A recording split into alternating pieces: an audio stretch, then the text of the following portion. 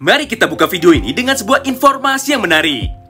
Tahukah kalian bahwa pada tanggal 9 Agustus ini, manga fisik Tokyo Revengers volume ke-29 sudah terbit secara resmi di Jepang.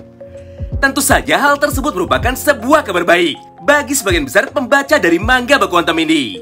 Karena dengan begitu, maka kita bisa melihat petunjuk menarik lainnya yang terdapat pada cover bagian dalamnya.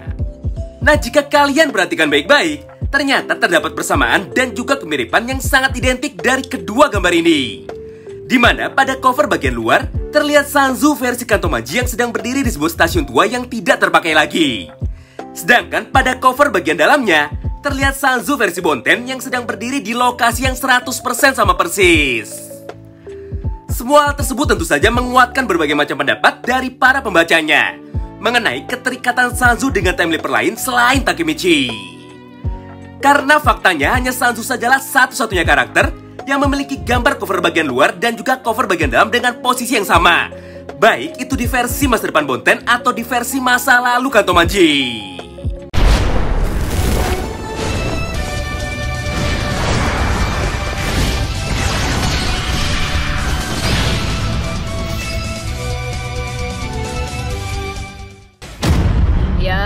Yare da wa.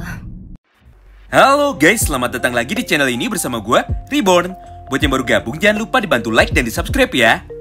Pada video kali ini, kami akan kembali menjelaskan dan juga menceritakan mengenai bocoran terbaru dari manga Baku Hantam Tokyo Revengers, yaitu chapter 265. Oh iya, buat kalian yang bingung dan bertanya-tanya, Bang, kok nggak ada manga Tokyo Revengers terbaru hari ini? Bang, kok pertarungan antara Mikey dan juga Takemichi nggak pernah dilanjut lagi? Jawaban dari kami hanyalah satu, yaitu semua manga yang ada di Jepang, khususnya manga yang terbit di majalah Weekly Shonen Magazine sedang libur atau cuti bersama. Karena kebetulan di Jepang sedang menggelar sebuah festival tahunan yang dikenal dengan nama Festival Odon. Itulah alasan kenapa pada minggu ini tidak ada chapter terbaru dari manga Tokyo Revengers. Tapi tenang saja, sebagai gantinya, pada chapter 265 minggu depan, Ken Wakui akan memberikan sebuah kejutan besar kepada kita semua. Karena pada chapter itu, pertarungan antara Takemichi melawan Sano Manjiro akhirnya kembali dilanjutkan. Selain itu, berdasarkan semua informasi yang ada di akun Twitter official Toman, Ken Wakui sendiri sudah menyampaikan kepada kita bahwa chapter 265 akan berisi cerita dan juga halaman yang jauh lebih banyak. Jika biasanya satu chapter hanya berisikan 17-20 halaman saja, maka pada chapter minggu depan akan berisi sebanyak total 26 halaman. So, bagi kalian yang tertarik dan ingin tahu mengenai poin-poin cerita apa saja yang akan muncul pada chapter terbaru nanti, kalian bisa simak terus ya video ini sampai habis. Kita mulai dari poin bocoran yang pertama. Jika kalian ingat pada waktu 3 minggu yang lalu, atau tepatnya pada tanggal 21 Juli tahun 2022, Ken Wakui sebenarnya sudah membagikan bocoran salah satu sketsa panel manga yang ada pada chapter 265.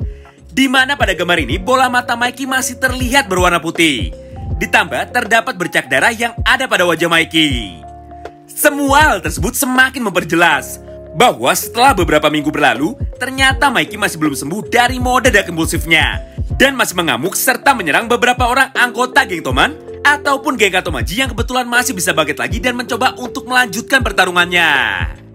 Tidak hanya sampai di situ, karena pada postingan selanjutnya yang ada pada tanggal 28 Juli, Ken Wakui kembali menunjukkan sebuah hal yang jauh lebih menarik dari gambar yang pertama. Di mana pada momen ini, terlihat Mikey versi dark impulsif yang nampak kesal dan juga marah ketika melihat sesuatu di hadapannya. Tentu saja semua hal tersebut membuat kita menjadi semakin penasaran dan juga bertanya-tanya. Karena seharusnya Mikey versi dark impulsif tidak memiliki ekspresi apapun di wajahnya, serta tidak pernah menunjukkan emosinya sama sekali. Walaupun tidak jelas apa yang sedang terjadi di panel itu, namun berdasarkan dua buah bocoran panel manga di atas, sebenarnya bisa kita tarik dua asumsi liar yang mungkin saja bisa terjadi.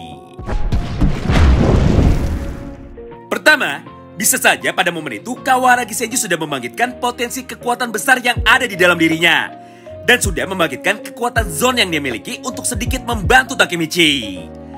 Karena mau bagaimanapun pada perang besar terakhir kali ini, kita sama sekali belum diperlihatkan apa peran dari Kawaragi Senju. Padahal pada perang sebelumnya, Senju digambarkan sebagai salah satu karakter terkuat sekaligus salah satu dari 3 dewa penguasa dunia berandalan yang ada di Tokyo. Namun entah kenapa pada pertempuran kali ini peran dari Kawaragi Senju justru dihilangkan. Apalagi saat ini kita sudah sama-sama tahu bahwa kakak kandungnya alias Harucho Sanzu sudah berhasil dikalahkan dan juga dibuat pingsan lebih dulu oleh Maiki. Jadi peluang duel ulang antara Senju dan juga Harucho Sanzu menjadi semakin tertutup. Itulah alasan yang membuat sebagian besar pembacanya berpendapat bahwa sebelum Maiki bertarung melawan Takemichi, pasti Senju lah orang yang akan lebih dulu menunjukkan kekuatannya dan mencoba menantang Maiki bertarung 1 lawan 1. Ya, walaupun pada akhirnya kita semua sama-sama tahu Kawaragi Senju sudah pasti akan dikalahkan oleh Maiki dengan sangat mudah sekali. Selanjutnya, kemungkinan yang kedua. Bisa saja di momen itu Maiki nampak kesal dan juga emosi karena melihat kebangkitan dari sang pahlawan cengeng kita yang tidak pernah terkalahkan. Siapa lagi kalau bukan Hanagaki Takemichi. Walaupun pada chapter 262 Maiki sudah menghajarnya secara langsung, namun kami sangat yakin jika pada chapter 265 minggu depan Hanagaki Takemichi pasti mampu bangkit 1 kali lagi. Lagi pula sebagai karakter utama tidak mungkin Takemichi bisa dikalahkan oleh Maiki dengan semudah itu. Namun yang menjadi pertanyaan adalah, jika benar Takemichi mampu bangkit 1 kali lagi, lantas bagaimana cara dirinya bisa mengalahkan Maiki versi Dark Impulsive? Apakah Takemichi akan membangkitkan kekuatan yang sama dengan Maiki juga? Atau malah Takemichi akan kembali mencoba menyerang mental Maiki dengan cara mengajaknya untuk berbicara demi menyadarkannya? Nah, bagaimana menurut kalian? Kira-kira siapakah yang berhasil membuat Maiki Dark Impulsive bisa menunjukkan emosi dan juga ekspresinya kembali? Oh iya, berbicara tentang kekuatan, kami pun seketika kembali teringat tentang apa tujuan serta motivasi awal Maiki ketika membuat geng Toman generasi pertama, yaitu untuk mengumpulkan orang-orang kuat di dalam satu geng supaya bisa saling menjaga terus satu sama lain. Hal tersebut tentu saja sangat cocok sekali dengan sifat dan watak yang dimiliki oleh Maiki, di mana Maiki sangat membenci orang-orang yang lemah dan hanya suka serta mau berteman dengan orang-orang yang kuat saja. Nah, jika memang benar Maiki hanya mau berteman dengan orang-orang yang kuat, lantas kenapa Maiki mencari Takemichi dan tertarik untuk merekrutnya ke dalam geng Toman? Padahal seperti yang kita ketahui, kenyataannya pada awal manga ini, Takemichi diperkenalkan sebagai sosok berandalan lemah yang sering sekali menangis. Apakah di mata Maiki, Takemichi adalah seseorang yang kuat? Atau mungkin di garis waktu yang asli, Maiki kenal dengan Takemichi dan tahu bahwa Takemichi adalah berandalan legendaris yang tidak pernah terkalahkan? Faktanya, Maiki dan Takemichi benar-benar seperti 2 buah sisi koin yang berbeda.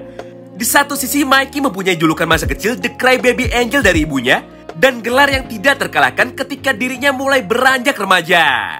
Sementara Takemichi justru kebalikannya. Saat kecil, Kakucho memberi julukan Takemichi yang tidak terkalahkan.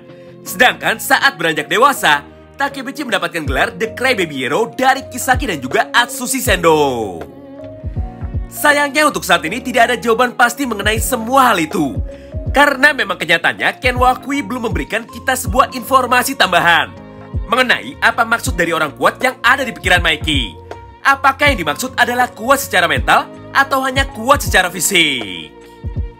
Ya, apapun itu, yang jelas untuk bisa mengetahui bocoran cerita versi lengkapnya, kita masih harus menunggu sampai tanggal 13 Agustus atau tepatnya pada hari Sabtu besok. Terima kasih banyak yang sudah simak video ini sampai habis ya. Sampai jumpa lagi di pembahasan selanjutnya. Salam baku hantam.